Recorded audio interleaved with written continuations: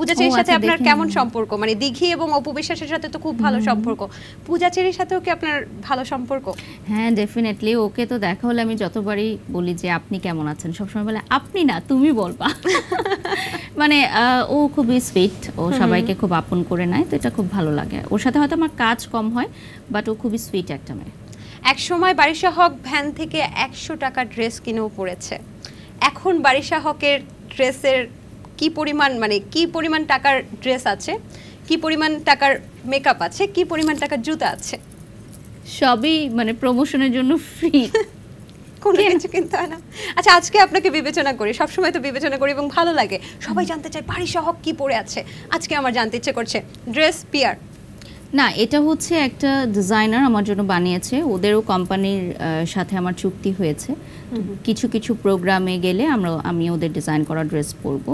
তো আজকে যে ড্রেসটা পরেছি এটা ট্রেন্ড মার্টের একটা ড্রেস, ওরা আমার জন্য এটা রেডি করে দিয়েছে আজকে প্রোগ্রামে পরার জন্য। কানের দুল, এটা ওদের কোম্পানির ব্র্যান্ড অ্যাম্বাসেডর আমি, এশিয়া জুয়েলস।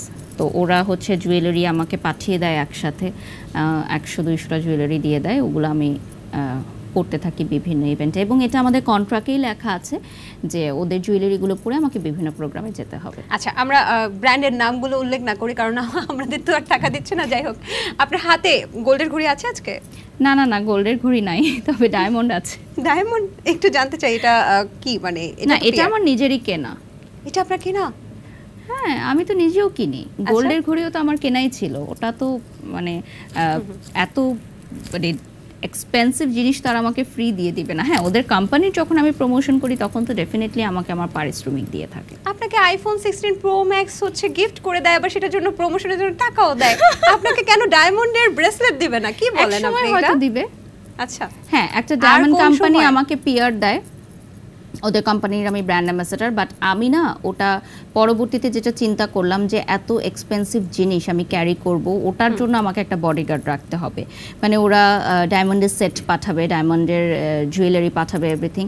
তো পরবর্তীতে আমি ওনারকে বললাম যে ভাইয়া বুঝেনি তো, এত মানে আমরা যে শুটিং স্পটে যাই, কোথায় কখন থাকি, গাড়িতে এতে শুটিংয়ে, আমি আসলেই এটার দায়ভার নিতে চাচ্ছি না। আচ্ছা একটু যদি বলি যে আপনার এই হাতেটা আপনি কিনেছেন? না না, এটা হচ্ছে স্পন্সর। এটা স্পন্সর? হ্যাঁ। আচ্ছা, ডায়মন্ডের সাথে? না না না, এটা ডায়মন্ড কাটের, আমি ফিঙ্গার রিং এর কথা বলছি। ফিঙ্গার রিংটা ডায়মন্ড কাটের? না, ডায়মন্ডের। ফিঙ্গার রিংটা আমার ডায়মন্ডের, আমার কেনা। ডায়মন্ডের? এটা কি অনেক কস্টলি, মানে এক্সপেন্সিভ? ডায়মন্ডের যেরকম প্রাইস হয় ওরকমই। কেমন একটু যদি জানতে চাই? এটা তো মানুষ বুঝে যে ডায়মন্ডের এই ধরনের একটা রিং এর প্রাইস কেমন হবে, দ্যাটস ইট। মানে আমার আইডিয়া নেই তাই জানতে চাচ্ছি, যদি আপনি বলতে চান আর কি, না বলতে চাইলে সমস্যা নেই। এই ধরনের রিংগুলো আসলে 1 লাখ প্লাসই হয়।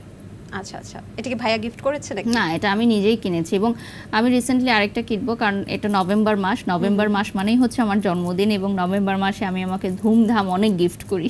আচ্ছা, এখন বারিশা হক তো একটা সময় অনেক কম দামি মেকআপ ইউজ করেছে, যদি একটু বলতেন আনুমানিক কত টাকা মূল্যের বারিশা হকের শুধু মেকআপ আছে? না, মেকআপও আমার একটা কোম্পানি থেকে আসে, কারণ ওদের ব্র্যান্ড অ্যাম্বাসেডর আমি। তো মেকআপের সব আইটেম ওরা আমাকে স্পন্সর করে, ওদের আইটেমগুলো দিয়ে আমি মেকআপ করে থাকি। ওরা একটা ইন্টারন্যাশনাল ব্র্যান্ড। আইটেমগুলোর কেমন আনুমানিক মূল্য হতে পারে? ওটা একটা ইন্টারন্যাশনাল ব্র্যান্ড, তো সবই আজকে হাই এন্ড প্রোডাক্ট, 2000-3000 টাকার উপরে সবগুলোই প্রোডাক্ট। আচ্ছা, সব মিলিয়ে তাহলে বারিশা হকের 2-3 লাখ টাকার মেকআপ আছে? এটা আসলে কখনো কাউন্ট করিনি, আজকে গিয়ে কাউন্ট করতে হবে। আচ্ছা, দামি জামা, দামি মেকআপ, দামি গহনা আপনাকে কি এখন আকর্ষিত করে? না, একদমই না। কেন করে না? এভরিডে পড়তে থাকলে কেন আকর্ষণ করবে? এবং এখন আরেকটা জিনিস আমি ফিল করলাম যে যেহেতু এখন আমাদের রেস্টুরেন্টের বিজনেস আছে, মজাদার খাবারও এখন আমাকে আর আকর্ষণ করে না, কারণ এখন চাইলেই খাবার পাওয়া যায়, বুঝছেন? আপনি না অক্টোপাসের ফুল গ্রিল পছন্দ করেন? আমি তো দেখেছি। পছন্দ তো করি, বাট দেখা যায় কি একটা জিনিস যখন আপনি রেগুলার বেসিসে পাবেন, সেটার কিন্তু মূল্যায়ন আপনার জীবনে কমে যাবে, এটা তো ট্রু। তো এটা আসলে আমি এটা বললে আসলে কেমন হবে আমি জানি না, বাট অনেকেই আছে যে এই ধরনের ড্রেস, রেডি হওয়া, মেকআপ করাটা তাদের ড্রিম। হ্যাঁ, ড্রিম থাকে, বা একদিনের জন্য যখন তারা প্রিপারেশন নেয় অনেক কিছু চিন্তা করে। বাট আমরা যেহেতু রেগুলার বেসিসে পড়ি, তো আসলে বছরের পর বছর, বছরের পর বছর করতে করতে না আসলে থাকে না। যেমন ঈদের দিন আমি একদমই মেকআপ করি না, একদমই নতুন কোনো গর্জিয়াস ড্রেস পরা, কোনো গর্জিয়াস অর্নামেন্টস পরা এগুলো করি না। এমনকি আমি ঘর থেকেও বাইরে যাই না, আমি ঘরেই থাকি, ঘরের জামা পরে একদম, মানে ওটাই আমার কাছে মনে হয় এখন এক্সক্লুসিভ। মানে কম দামি রিল্যাক্সের জামা পরে আপনার কাছে ওটাই আমার কাছে ভালো মনে হয়। আর ঘরের ডাল ভাতটা কি এখন বেশি ভালো মনে হয়। এখন আমি বাইরের খাবার খুবই কম খাই, মানে একদম না পারতে খাই। মানে বাসায় আমি জাস্ট আমার মেয়েটাকে বলি তুমি আমার জন্য একটু ডাল ভাত আর ডিম ভাজি করো প্লিজ, দ্যাটস ইট। এবং আপনার একটা ফুড মেনু, দুপুরবেলার ফুড মেনু আপনি দেখিয়েছিলেন, সেখানে দেখা গেছে যে আপনি 3টা ডিম, সিদ্ধ ডিম দেখাচ্ছিলেন। অনেকে আবার প্রশ্ন করেছে আপনি কি 3টা সিদ্ধ ডিম খান দুপুরবেলা লাঞ্চে? হ্যাঁ। 3টা না, ওটা আমি ব্রেকফাস্টে খাই, দুটো খাই, শুধু সাদা অংশটা খাই, বুঝতে পেরেছি। আর 1 কাপ ব্ল্যাক কফি চিনি ছাড়া, দ্যাটস ইট, এটাই আমার ব্রেকফাস্ট। আচ্ছা বারিশা আপু, আপনি নিশ্চয়ই একটা গল্প শুনে থাকবেন শেখ সাদির, যে একটা সময় তিনি একটা অনুষ্ঠানে গিয়েছিলেন, তার জামা কাপড় ঠিক ছিল না বা সেই রকম ছিল না, তাকে ঢুকতে দেয়নি। তার পরবর্তীতে আবার যখন খুব সুন্দর রাজকীয় জামা পরে এসেছে তখন তাকে অনেক আপ্যায়ন করা হয়েছে, ভেতরে ঢুকে খাওয়ানো হয়েছে। তারপর শেখ সাদি যেটা করলো যে সেখান থেকে খাবারগুলো নিয়ে পকেটে ভরছিল, যে আমার জামার জন্যই তো আমাকে সম্মান দেয়া হলো, তাহলে আমি খাবারগুলো আমার পকেটেই ঢুকাই। বারিশা আপু, আপনার কি মনে হয় যে টাকা দিয়ে সম্মান কেনা যায়? দেখুন, টাকা এমন একটা জিনিস যেটা আসলে অর্জন করতে হয়। আপনি তো আর এমনি এমনি টাকাটা কামাই করতে পারবেন না। টাকা কামাই করা এত সহজ না। মানুষে মনে করে এই যে 1 ঘন্টা লাইভ করে আমরা এত টাকা নিয়ে যাচ্ছি, ডাক্তার, ইঞ্জিনিয়ার বা উকিল যারা আছে তারা এত টাকা চার্জ করে না, আমরা কেন এত টাকা চার্জ করি? তো আমাদের প্রফেশনটা আবার ডিফারেন্ট, তাদের প্রফেশনটা আবার ডিফারেন্ট। তো কথা হচ্ছে যে টাকা কামাই করা কিন্তু এত সহজ না। টাকা কামাই করতে হলে ওই যে বলে না যে অনেকে যে জুতার ছালটাও খোয়ায় ফেলতে হয়, ঠিক তেমন যারা বড় বড় বিজনেস পার্সনরা আছে, যারা কোটি কোটি টাকার মালিক, এরকম চুটকি বাজায় হয়ে যায় নাই।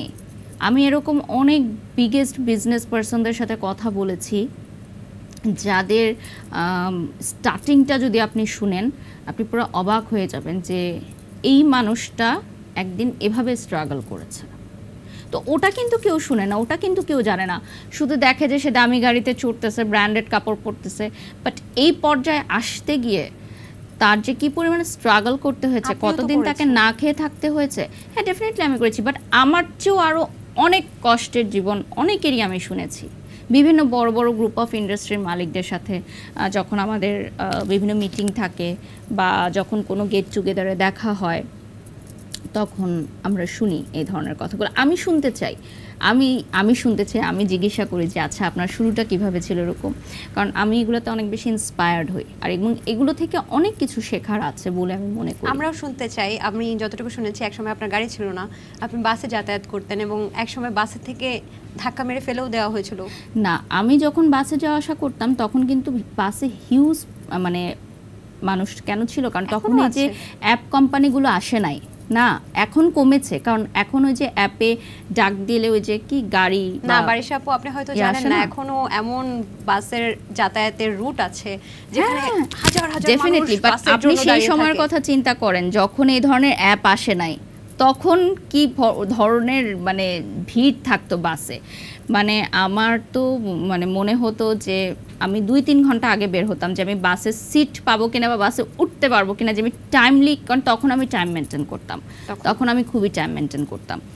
তো এখন তো আমি বলি যে এখন যাদের গাড়ি নাই বা যারা এখন কাজ করে তারা তো এখন ওই যে কি যেন মোবাইলে ডাক দিলে চলে আসে না গাড়ি, আমি এগুলো পারি না অবশ্য, রাইড শেয়ারিং, হ্যাঁ এগুলো চলে আসে। তো এটা ভালো, আমার মনে হয়েছে যে যখন আমরা কাজ করেছি এই ধরনের অনেক ফ্যাসিলিটিস আমরা পাই নাই।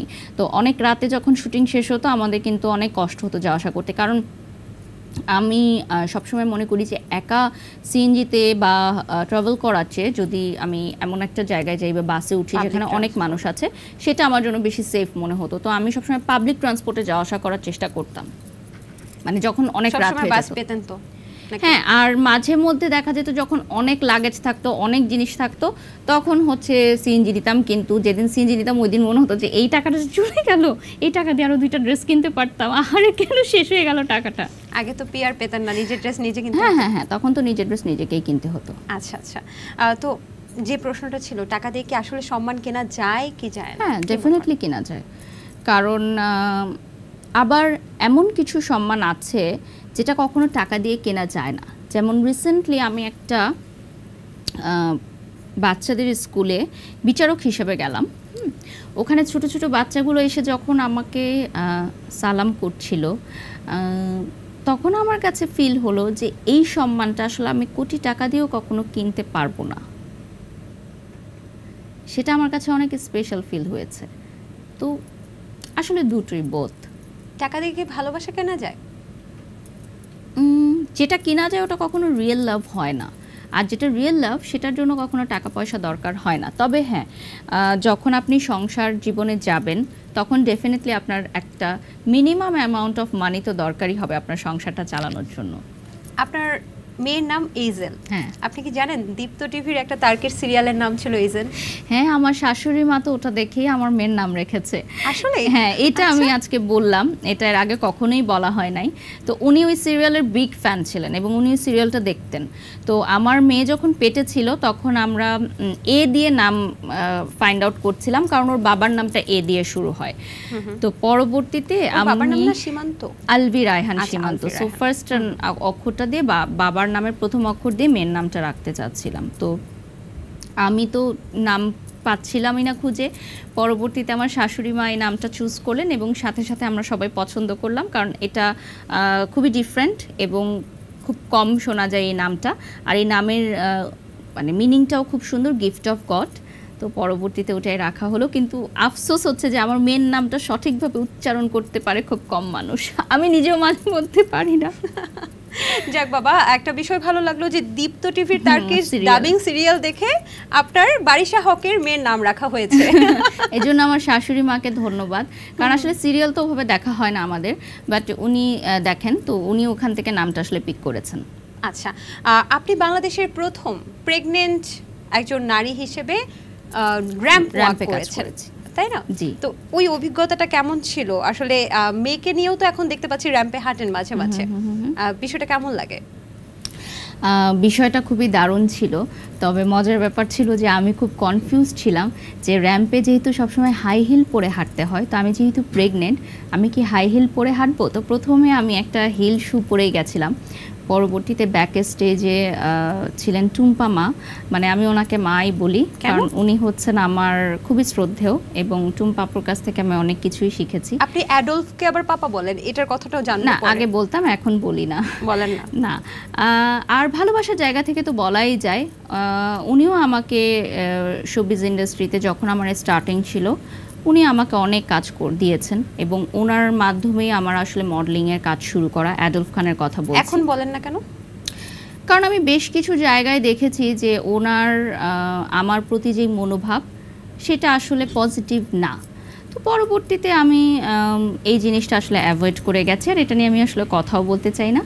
কারণ এক একজনের মন বদলে যেতে পারে, এক একজনের ভুল বুঝাবুঝি সৃষ্টি হতে পারে বা ভালো নাই লাগতে পারে। এখন এটা ডেফিনেটলি তার ব্যাপার। আমি যে কথাটা বলছিলাম, তখন টুম্পা মা আমাকে বললেন যে বারিশ, তুই একদম মানে এগুলো নিয়ে চিন্তাই করিস না, তুই হিলটা খুলে ফেল, আমি তোকে স্লিপার দিচ্ছি, তুই স্লিপার পরেই হাঁটবি। পরবর্তীতে আমি স্লিপার পরেই আসলে র্যাম্পে হেঁটেছিলাম। আচ্ছা, তার মানে ওই অভিজ্ঞতাটা খুবই সুন্দর ছিল। তবে আমি যেরকম ঠিক সেভাবেই আমাকে প্রেজেন্ট করা হয়েছে। আপনি মেয়েকে নিয়েও মাঝে মাঝে দেখি খুব সুন্দরভাবে র্যাম্প ওয়াক করেন বা র্যাম্প মডেল হিসেবে কাজ করেন। আচ্ছা, কখনো এইজেল যদি বড় হয়ে বলে আম্মু আমি র্যাম্প মডেল হব, তাহলে আপনি কি মেনে নেবেন? হ্যাঁ, কেন নয়, এটা ও সিদ্ধান্ত নেবে যে ও কি হবে। আর কোনো ইচ্ছে নেই এইজেল কি বানাবেন? আমার সবসময় একটা প্রফেশন খুব ভালো লাগে, ডক্টর।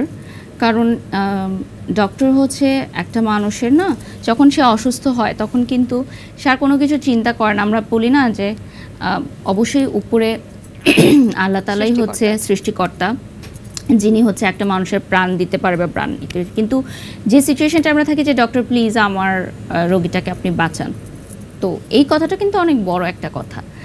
তো আমি সবসময় মনে করি যে যেটা আমি পূরণ করতে পারি নাই বা ওর বাবা যেটা পূরণ করতে পারে না, ওটা আমাদের মেয়ে পূরণ করবে। তো ডক্টর প্রফেশনটা আমার কাছে খুব ভালো লাগে।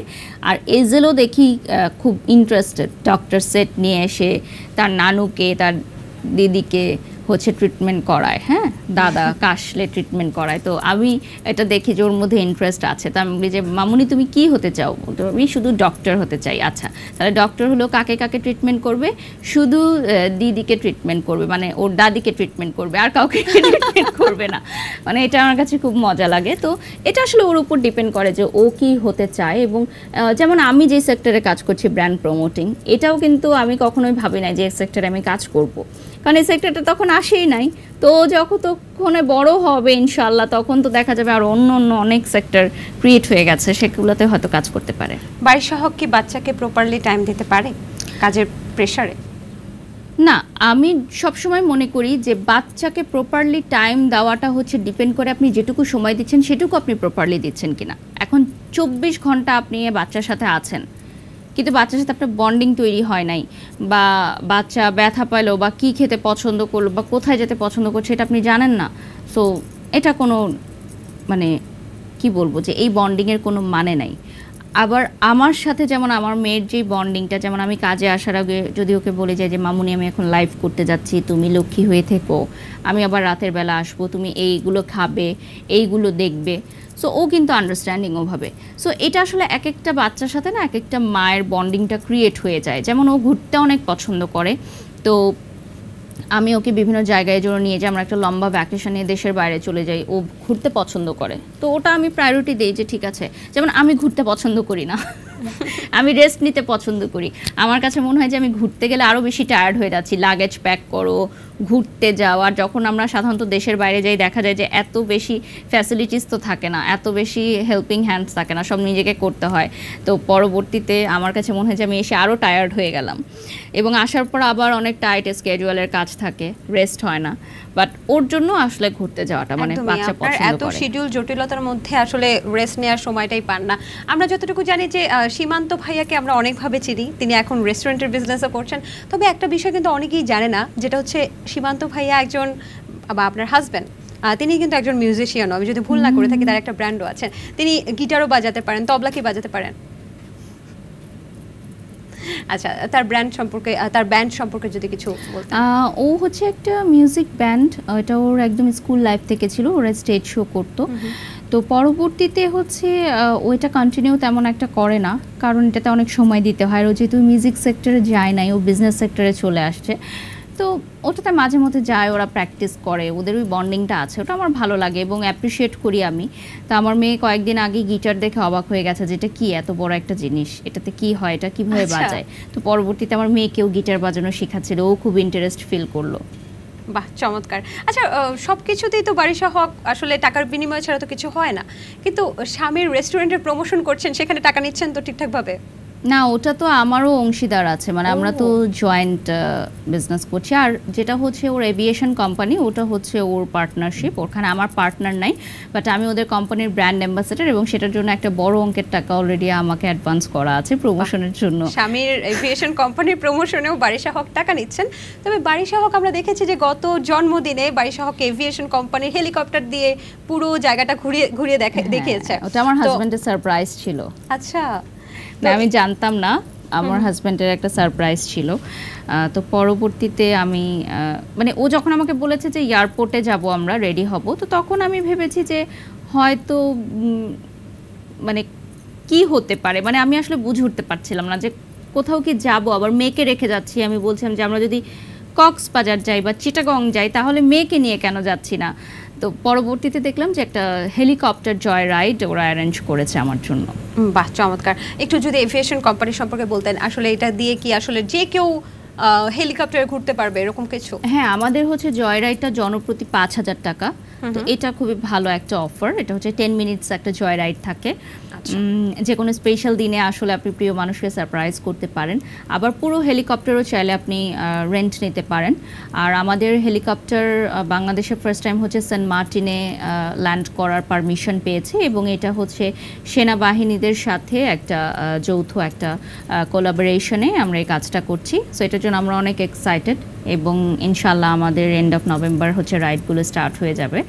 তো এটা একটা বিগ অ্যাচিভমেন্ট আমাদের কোম্পানির জন্য, কারণ হেলিকপ্টারের মানে এর আগে কখনোই সেন্ট মার্টিনে ল্যান্ড করে নাই, এবং সেন্ট মার্টিনে যারা ফরেন পর্যটক আছেন তারা আসলে সেন্ট মার্টিনের সৌন্দর্য হয়তো দেখতে চায়, বা আমাদেরও এখানে অনেক বয়োজ্যেষ্ঠরা আছেন বা অনেক বাচ্চারা আছেন যারা হয়তো শিপে করে যেতে পারেন না, তারা হচ্ছে হেলিকপ্টার রাইডটা নিতে পারবেন। আচ্ছা, বেশ ভালো। এবার একটা মজার প্রসঙ্গ, সেটা হচ্ছে বাড়ি সহকে সবকিছুই ভাইরাল হয়, আপনি নিজেও বলেছেন। একটা ছবি বা ভিডিও ভাইরাল হয়েছে, আপনি আপনার ক্যামেরাম্যানকে টাটা বাবাই দিচ্ছেন, এবং আমরা দেখি যে ইন্ডিয়ান অভিনেত্রী রাখি সাওয়ান্ত তিনিও কিন্তু বিভিন্ন ক্যামেরা দেখলে বাই বাই দিতে থাকে। দীপিকাও তো দেন। দীপিকাও দেন? আচ্ছা, সব সেলিব্রিটি দেন, তাহলে রাখির কথা কেন উঠলো? ঠিক আছে, বুঝতে পেরেছি। মানে আপনার কি এই প্রসঙ্গটা ভালো লাগেনি রাখি সাওয়ান্তের সাথে আপনার তুলনা? রাখি সাওয়ান্ত তো আমি মনে করব একটা ইন্সপায়ারেশন। একটা মেয়ে একটা মানে বস্তি থেকে উঠে এসে সে সুপারস্টার হয়েছে, কেন আমার ভালো লাগবে না? আমি কখনোই মানুষকে ছোট করে দেখি না। শাহরুখ খান পর্যন্ত নিজের ইন্টারভিউতে বলেছে রাখি সাওয়ান্তকে স্যালুট। বাহ, চমৎকার।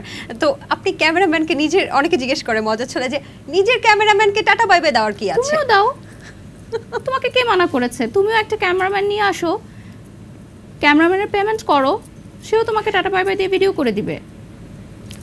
Simple, my life my choice.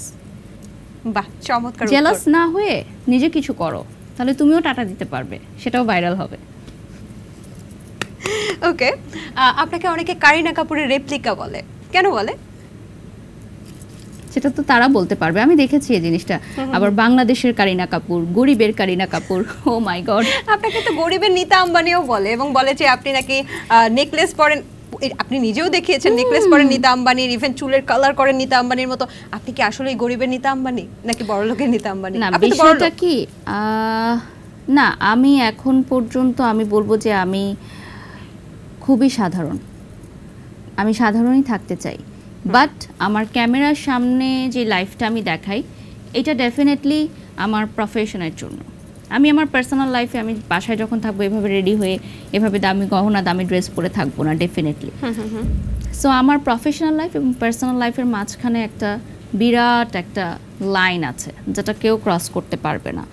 Even আমার একটা রুলস আছে যে আমি যেসব কোম্পানির ওনারদের সাথে কাজ করি, অনেকেই বলে না যে আপু আপনার বাসায় যেতে চাই বা বাসায় দাওয়াত দিতে চায়, বাসায় দাওয়াত খাবো বা এরকম বলে, এটা ভালোবাসার জায়গা থেকে বলে। বাট আমি সবসময় মনে করি কি যে প্রফেশনাল সম্পর্ক না প্রফেশনালি থাকা উচিত, কাজের বাইরে আসলে বেশি কথা বলা উচিত না, কারণ পাতিল যত কাছে যাবে ততই কিন্তু ঠোকাঠুকি লাগার সম্ভাবনা থাকবে। প্রফেশনাল সম্পর্ক প্রফেশনালের মতোই থাকা উচিত, এটা আমি মনে করি, এবং এতে সম্পর্ক ভালো থাকে। দূরত্ব বজায় রাখা উচিত, একটা মিনিমাম দূরত্ব বজায় রাখা উচিত। আচ্ছা, একটা বিষয় জানার ইচ্ছে যে আপনি যখন বাসায় যান তখন অনেক সময় ফেসিয়াল কিছু ট্রিটমেন্টের লাইভ করেন, যেটা হচ্ছে আপনি ওয়াশরুম থেকে করেন। এটা নিয়ে অনেকে, মানে আপনি সবকিছু নিয়ে আলোচনা, সো এটা নিয়ে অনেকে বলে আচ্ছা মোবাইল যে ওয়াশরুমে নিয়ে গেছে পানি টানিতে পড়ে যায় না বা ওয়াশরুমের কমোডে পড়ে যায় না, তো এই বিষয়টা নিয়ে আপনি কি বলবেন? আমার তো একটা রেস্টরুম না, আসলে আমাদের বাসায় মাল্টিপল রেস্টরুম, এবং এক একটা রেস্টরুমের এক একটা কাজ। যেমন যেই রেস্টরুমে হচ্ছে আমি স্কিন কেয়ার লাইভ করি, ওই রেস্টরুমে হচ্ছে শাওয়ার নেওয়া হয় না। তো শাওয়ার নেওয়ার জন্য আলাদা একটা রেস্টরুম আছে যেখানে শুধুমাত্র শাওয়ার নেওয়া হবে, ওখানে আবার ফেসিয়ালের কোনো কাজ করা হবে না ফেসের। আবার আমার মেয়ের জন্য একটা আলাদা রেস্টরুম আছে যেটা শুধু আমার মেয়ের জন্য, ওটা আর কেউ ইউজ করবে না, মানে ওখানে বাচ্চাদের সব আইটেম অ্যান্ড প্রোডাক্টস থাকে। তো এটা তো মানুষ জানে না, এই জন্য এই বিধায় এরকম কথা বলে, এই আর কি। সম্প্রতি বুবলির একটা ড্রেসকে নকল করে বা বুবলিকে কপি করার একটা বিষয় কিন্তু উঠে এসেছে বারিশা হকের। একই রকম ড্রেস পরে বুবলিও হেঁটেছে, বারিশা হক হেঁটেছে, এটা ব্যাপারে, এই ব্যাপারটা কিছু বলতে চান? No comments. মানে ওনাকে কি আপনি কপি করেছিলেন? দেখেন, উনি হচ্ছেন চলচ্চিত্রের একজন মানুষ, আমি হচ্ছে একজন লাইভ প্রেজেন্টার। ওনাকে কেন আমি কপি করতে যাব, বা উনি বা কেন আমাকে কপি করতে যাবেন? আবার অনেকে এরকম বলেছে যে কাকে বেশি সুন্দর লাগছে, কে ড্রেসটা বেশি ভালোভাবে ক্যারি করতে পারছে, এটা কেউ জানতে চায় নাই তোমাদের কাছে বাবা, এটা কেউ জানতে চায় নাই, আমিও জানতে চাই নাই, উনিও জানতে চায় নাই। সো রিল্যাক্স, তোমরা ঘুমাও বাসায়। আচ্ছা, আপনি গোল্ডের ঘড়ি নিয়ে যখন কথা বলেছেন, অনেকে বলেছে যে জাহিদ খানও ঘড়ি নিয়ে কথা বলে, তো জাহিদ খানের সাথে আপনার মিডিয়ার সম্পর্ক কেমন? প্রফেশনাল সম্পর্ক। আচ্ছা, মানে ওনাকে নায়ক হিসেবে কেমন লাগে আপনার? ডেফিনেটলি উনি খুব ভালো একজন মানুষ। আমি ওনার সিনেমা দেখি নাই, সো আমি ওটা বলতে পারবো না যে কত 10/10, বাট উনি অনেক হেল্পফুল একজন পার্সন, এবং ওনার গণ্ডিতে যদি থাকে যে উনি এই হেল্পটা আমাদেরকে করতে পারবে, আর উনি ছোটদেরকে অনেক স্নেহ করে, অনেক সাপোর্ট দেয়, খুব পজিটিভ মাইন্ডের একজন মানুষ। আচ্ছা, লাইভে টাকা এবং খাবার দেখান, এটা কেন? ভাইরাল হওয়ার জন্য। সত্যি? হ্যাঁ। কেন? ওমা, ভাইরাল হলে ভিউ ভালো হবে, সেল ভালো হবে, কোম্পানির বেনিফিট হবে, কোম্পানির বেনিফিটটাই তো আমি দেখবো দিন শেষে, তাই না? আচ্ছা বারিশা আপু, অনেকে আছে না ভাইরাল হওয়ার জন্য আসলে অনেক কিছু করে ফেলছে এখন। আমি আপনাকে মেন করছি না, মানে অনেককেই তো আমরা সোশ্যাল মিডিয়াতে দেখছি যে ভাইরাল হওয়ার জন্য কতটুকু নিচে নামা যায়। আসলে ভাইরালের এই প্রতিযোগিতাটা কি আমাদেরকে অসুস্থ করে তুলছে কোনোভাবে? অনেক ক্ষেত্রে, কারণ অনেকেই আছে যারা ভিউ বানানোর জন্য মানুষের নামে আজে বাজে কথা বলছে, লাইভে এসে মিথ্যা অপপ্রচার করছে, মানুষকে নেগেটিভ কমেন্ট করছে, মানুষকে গালাগালি পর্যন্ত করছে। কিন্তু এটাকে তো এখন আবার বলা হয় যে ভালো ভালো ব্যাপার। যেমন আপনার নামে যদি কেউ একটা ভাইরাল কিছু ছড়ায়, সেক্ষেত্রে আপনার সেল বেড়ে যাচ্ছে, আপনি নিজেই বলেছেন। এটা তো আমি আমার কথা বলছি, আমি তো সমাজের কথা বলছি, যে সমাজ তাদের কাছ থেকে কি শিখতে পারবে। অনেকেই আছে লাইভে এসে এমন ধরনের শব্দ চয়ন করেন যেগুলো আসলে একটা বাচ্চা যদি সেই লাইভটা দেখে, তাহলে সেই বাচ্চার উপর বিরূপ প্রভাব পড়তে পারে। তো আমরা যেমন আমি আপনি বলেন যে টাকা দেখাচ্ছি, খাবার দেখাচ্ছি, এগুলো কিন্তু সমাজের কোনো ক্ষতি হচ্ছে না। আমি তো কোনো খারাপ শব্দ চয়ন করছি না, বা আরেকটা মানুষকে নিয়ে আমি খারাপ মন্তব্য করছি না, আমি তো সমাজের কোনো ক্ষতি করছি না, আমি এন্টারটেনমেন্টের জন্য কাজ করছি। সো যতক্ষণ পর্যন্ত আমি এন্টারটেনমেন্টের জন্যই কাজ করব, সেটা অবশ্যই আমি পজিটিভলি নেই। বাট কিছু কিছু কন্টেন্ট ক্রিয়েটাররা নেগেটিভ হওয়ার জন্য, মানে ভিউ করার জন্য বিভিন্ন নেগেটিভ কিছু করে থাকে, সেটা আসলে আমি কখনোই মনে করি না যে দরকার আছে। আপনার সামাজিক কার্যকলাপ করার জন্য একটা সংগঠন আছে, গিভ আ হ্যান্ড, এবং এই ধরনের আসলে সহায়তামূলক কর্মকাণ্ড করার সময় অনেকে কিন্তু অনেক সমস্যার সম্মুখীন হয়। আপনি কি কোনো সমস্যার সম্মুখীন হয়েছেন? অনেকবার হয়েছি, কারণ আমরা যখনই যেখানে খাবার দিতে যাই, মানে বিনামূল্যে আহার বিতরণ করতে যাই, ও মাই গড, এত বেশি মানে ক্রাউড হয়ে যায় যে জীবন নিয়ে ফিরে আসা দেয়, একদম মানে জীবন নিয়ে ফিরে আসতে হয় ওরকম সময়। এটা আসলে হয় কারণ আমাদের আশেপাশে আসলে আপনি কয়জনকে খাওয়াবেন বলেন, হাজার হাজার মানুষ আছে যারা ক্ষুধার্ত, আমাদের একার পক্ষে সবসময় সম্ভব হয় না। আর আমার আরেকটা ফাউন্ডেশনও আছে, বিএইচ ফাউন্ডেশন, যেখান থেকে আসলে হাসপাতালের ইমার্জেন্সি রোগীদেরকে আসলে বিল পে করা হয়, বা বিভিন্ন সময় কারো একটা বিনামূল্যে অপারেশন করে দেওয়া, বা প্রেগনেন্ট মহিলাদের আসলে ডেলিভারি করে দেয়া, বা অনেক সময় দেখা যায় যে কিছু কিছু শিক্ষার্থী আছে যাদের আসলে পড়াশোনাটা আটকে গেছে বেতনের জন্য, সেটা দেয়া। এগুলো হচ্ছে বিএইচ ফাউন্ডেশনের কাজ। তারপর বন্যার্তদের সময় বা কোভিড সিচুয়েশনে বা বিভিন্ন দেশের অস্থিতিশীল পরিস্থিতিতে আসলে আমরা কাজ করে থাকি। আচ্ছা আচ্ছা, সেক্ষেত্রে আমরা যতটুকু জানি যে মিডিয়ার ক্ষেত্রে আমরা যদি ভাবি, তখন দেখা যায় যে মিডিয়ার নায়িকাদের অনেক সময় সুগার ড্যাডি থাকে, এরকম একটা গুঞ্জন আছে। গুঞ্জন অনেক সময় আমরা দেখেছি সত্যিও হয়েছে। তো আপনি তো মিডিয়াতে কাজ করেছেন, আপনার কাছে এই বিষয়টা কেমন লাগে যে মিডিয়ার মেয়েদের কি খালি সুগার ড্যাডি থাকে, বা আপনার কি এক্ষেত্রে কোনো সুগার ড্যাডি ছিল? আপনি কি কখনো এরকম কোনো অফার পেয়েছিলেন? থাকলে কি আর আমি এত কষ্ট করতাম, এত দিনে 8টা-9টা লাইভ করতাম? আপনি কি মনে মনে এক্সপেক্ট করছেন যে আমার একটা থাকলে ভালো হতো? থাকলে তো আমি অনেক আগেই নিয়ে নিতে পারতাম, তাই না? এটা তো তার উপর ডিপেন্ড করবে যে সে চাইবে কি চাইবে না। কেউ জোর করে তো কারোর সাথে এরকম সম্পর্কে জড়াতে পারে না। এটা একটা মেয়ে সিদ্ধান্ত নেবে সে তার লাইফটা কিভাবে লিড করতে চায়, এবং এটা নিয়ে আসলে আমি কথা বলতে চাই না, কারণ এটা তাদের ব্যক্তিগত চয়েস। তারা প্রফেশনাল লাইফে আমার সাথে কীরকম বিহেভ করছে সেটা আমাকে মানে আকৃষ্ট করে, সেটা আমি দেখব। সে পার্সোনাল লাইফে কি করছে না করছে, গিভ অ্যান্ড টেকের মাধ্যমে কাজ করছে নাকি তার সুগার ড্যাডি আছে, এটা ডেফিনেটলি তার পার্সোনাল ম্যাটার। এটা নিয়ে আমি কোনো মন্তব্য করতে চাই না। ওকে, যদি বারিশা হকের, আমরা যতটুকু শুনেছি বারিশা হকের দ্বিতীয় বিয়েটা পুরোটাই স্পন্সর, মানে 1 টাকা ওনাকে খরচ হয় নাই, ইজ ইট ট্রু? পুরোটা? পুরোটাই অলমোস্ট। কিছু আংশিক খরচ আমাদের ছিল, যেমন হচ্ছে কনভেনশন হল, খাবার দাবার, বাট ওটা তো একটা ভালো ডিসকাউন্ট ছিল, আর বাকি সবই আমাদের প্রমোশনে ছিল। মানুষের বিয়েও স্পন্সরশিপে হয়, বা চমৎকার চমৎকার। আচ্ছা, এই যে আপনি একজন উদ্যোক্তা, আপনি তো ব্র্যান্ড প্রমোটারের সাথে একজন উদ্যোক্তাও, উদ্যোক্তা হিসেবে আপনার জার্নিটা যদি একটু বলতেন, আপনি কি ধরনের কাজগুলো করছেন? আমার কিন্তু একটা হিডেন একটা ডিজাইনার শাড়ির পেজও আছে। হিডেন, মানে মাঝে মধ্যে আমি আসলে আসি, ওটার সময় পাই না আমি। হ্যাঁ, ওটা হচ্ছে সল্ট লাইফস্টাইল, তো ওটা নিয়ে আমি অত প্রসার করি না। আর হচ্ছে বিজনেসের বিষয়টা হচ্ছে এটা আমার হাজব্যান্ড টোটালি, মানে ওরই আসলে প্ল্যানিং ছিল যে আমরা বিজনেস সেক্টরে যাব। ও কিন্তু একটা সময় জবও করেছে, তো পরবর্তীতে বিয়ের পর ও জবটা ছেড়ে দিয়েছে। এবং ওর আগেও একটা বিজনেস ছিল, মাল্টিপল বিজনেস ছিল ওর, সেগুলো সবই ও ছেড়ে দিয়ে পরবর্তীতে একটা বা দুটো বিজনেসেও ফোকাস করেছে। সেটাকে আমি অ্যাপ্রিশিয়েট করি। এবারে কিছু র্যাপিড ফায়ার কোশ্চেন করব, আপনি উত্তর দিবেন, ঠিক আছে? প্রাইভেট পড়ার অজুহাতে নাচের ক্লাসে গেলে যদি ধরা পড়তেন, মাকে কি উত্তর দিতেন? ধরা পড়ি নাই কখনো। গিয়েছিলেন কখনো? হ্যাঁ, অনেক গিয়েছি, কিন্তু আমি কখনো ড্রেস চেঞ্জ করি নাই, মানে স্কুল ড্রেস পরে আমি নাচের ক্লাস করতাম। নাচের ক্লাস করার জন্য, নাচ শেখার জন্য আপনি পরিবারকে মিথ্যা বলতেন, এই মিথ্যা বলার অভ্যাস কি এখনো আছে? যদি কোনো মিথ্যা আসলে ভালো বয়ে আনে, সেই মিথ্যাটা বলা উচিত আমি মনে করি, কারণ সেই মিথ্যাটা বলেছি একটা সময়, এই জন্যই কিন্তু আজকে আমি এই পর্যায়ে আসতে পেরেছি। এবং এখন আমি আমার মাকে বলে দিয়েছি সত্যটা, এবং সে বলেছে সেটা আমি তখনই জানতাম, বুঝতে পারতাম। মারা সবকিছু বুঝে যায় না। আচ্ছা, আপনি এই মিডিয়া ইন্ডাস্ট্রিতে সবচেয়ে কঠোরভাবে না কাকে বলেছিলেন, সেটা কি কারণে বলেছিলেন, কোন প্রেক্ষিতে? না, আমি তেমন কঠোর কখনোই না। আমি কাজপ্রেমী, কাজ ভালোবাসি এবং কাজ করতে পছন্দ করি। র্যাম্প শোতে ধরেন আপনি একটা র্যাম্প শো করছেন, সেখানে হাই হিল পরে হোঁচট খেয়ে পড়ে গেলেন, তখন আপনি কি করবেন? উঠে দাঁড়াবো, জুতা খুলে স্মার্টলি হেঁটে চলে যাবো। That's is called professionalism. জীবনে কোন বিষয়টা করে আপনি সবচেয়ে বেশি লজ্জা পেয়েছিলেন?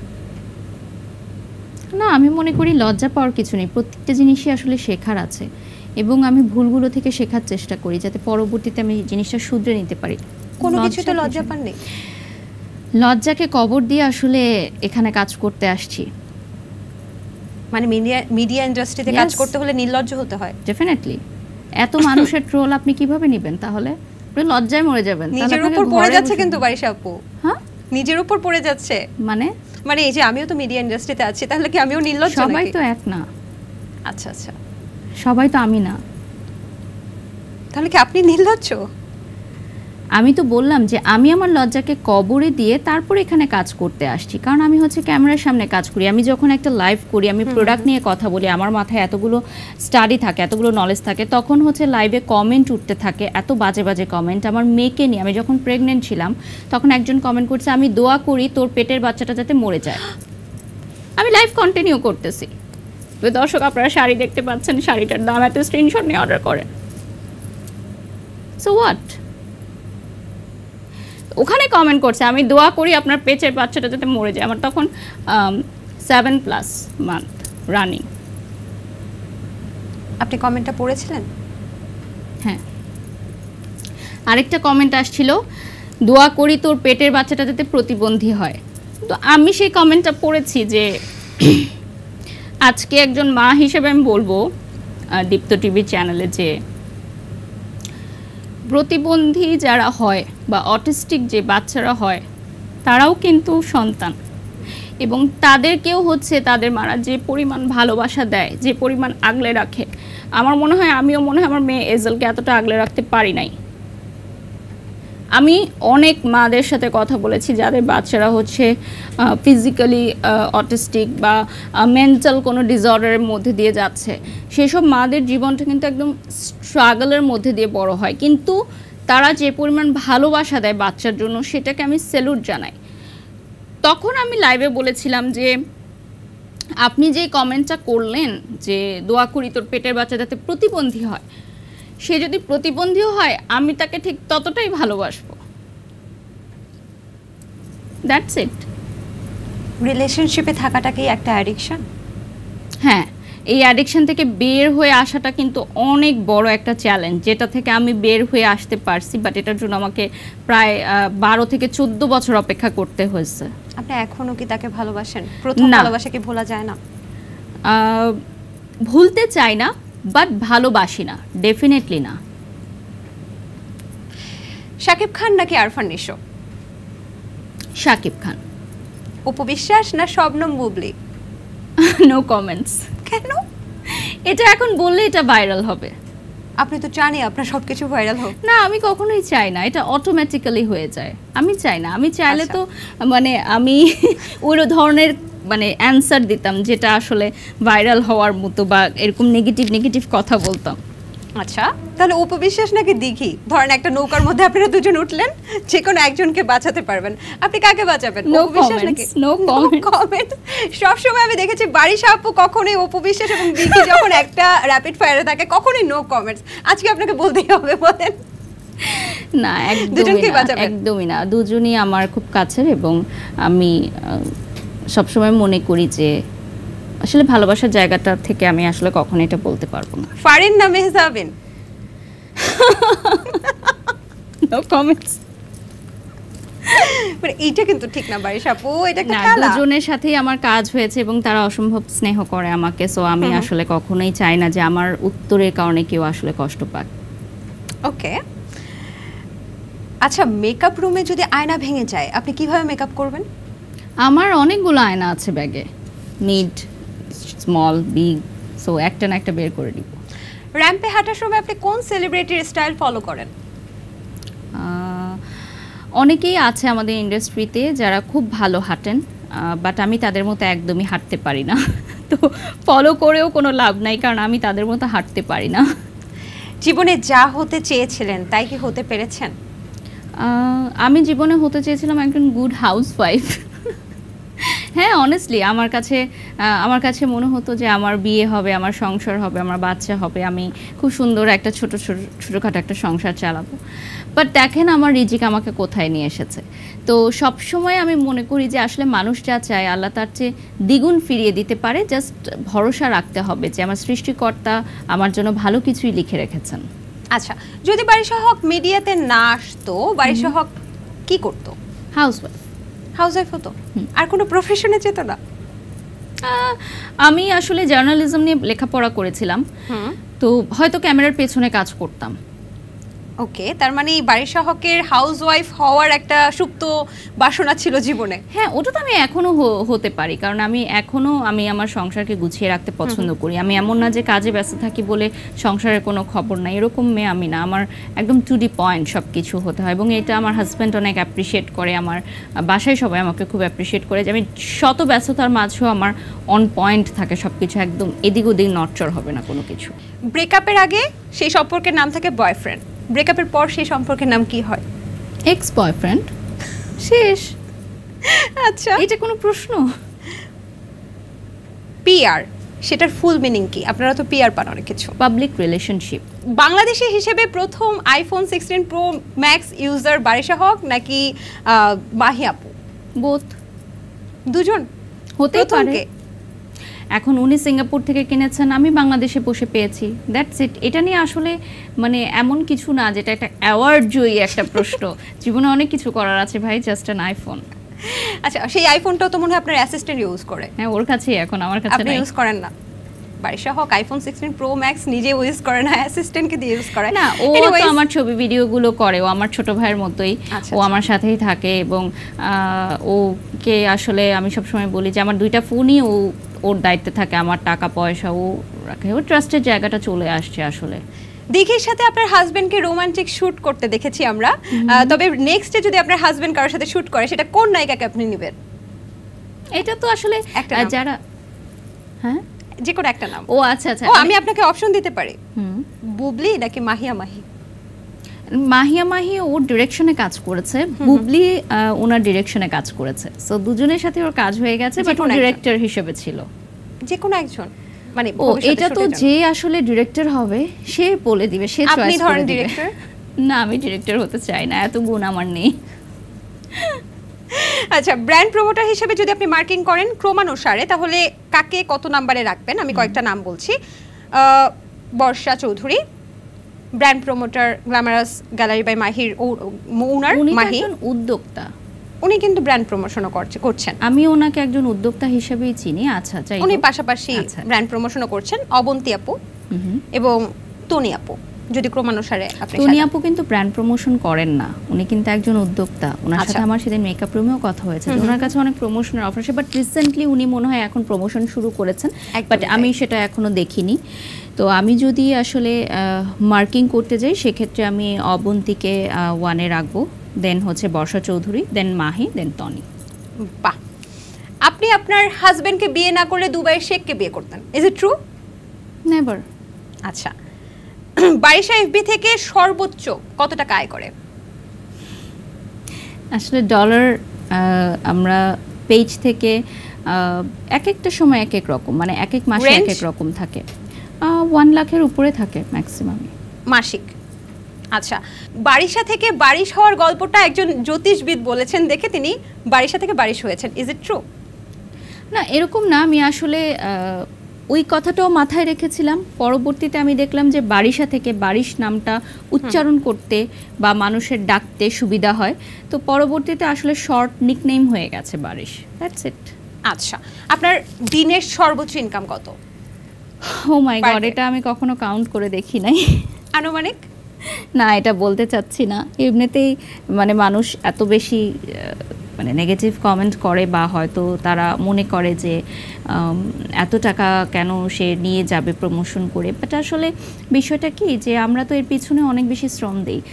মানে আমার সাথে যদি 24 ঘন্টা কেউ থাকে, আমার মনে হয় সে টায়ার্ড হয়ে যাবে। দেখেন, আমি ডাবল অ্যাসিস্ট্যান্ট রেখেছি, ডাবল গাড়ি চালক রেখেছি, কারণ আমার যে পরিমাণে স্কেজুয়াল, ড্রাইভার একজন অসুস্থ হয়ে যেতে পারে, অ্যাসিস্ট্যান্ট একজন অসুস্থ হয়ে যেতে পারে, বাট আমি অসুস্থ থাকলেও আমি কাজ করি। 103 ডিগ্রি জ্বর নিয়েও কাজ করেছেন আমরা ডেফিনেটলি। আমি স্যালাইন নিয়ে নারায়ণগঞ্জে গিয়ে ওপেনিং করেছিলাম, কারণ আমার ওইদিন ওপেনিংয়ের ডেট ছিল। পরবর্তীতে আমি গাড়িতেই আমার স্যালাইন পুশ করা ছিল, আমি ওটা করে গেছি, জাস্ট হচ্ছে ওপেনিংয়ের টাইমে আমি স্যালাইন খুলে ওপেনিং করে দিয়ে আসছি। কারণ আমি জানি যে একটা মানুষ যখন কোনো প্রোগ্রাম অ্যারেঞ্জ করে আমার কথা চিন্তা করে, সে ওই দিনের জন্য অনেক টাকা লগ্নি করে, বা আমার সাথে আরেকজন চিত্রনায়িকা ছিলেন, তার শিডিউলের একটা ব্যাপার আছে। সো হুট করে আমি এমন কোনো কাজ করে দিতে পারি না যেটাতে সে আর্থিক ক্ষতির সম্মুখীন হয়। হ্যাঁ, লাইভের বিষয়গুলো আলাদা, যেগুলো আমি হয়তো স্কেজুয়াল চেঞ্জ করে আগে পরে নিতে পারি, বাট যেগুলো ইভেন্ট বা ওপেনিং, সেগুলোর কিন্তু ডেটটা চেঞ্জ করা একটু ডিফিকাল্ট থাকে। আচ্ছা, একদম সর্বশেষ প্রশ্ন, আমি কিছু নাম বলবো, সেই নামগুলোকে সেই নামের ব্যক্তিত্বদেরকে আপনি যদি বাসায় দাওয়াত করতেন কি খাওয়াতেন? আচ্ছা, পরিমণি কি খাওয়াতেন?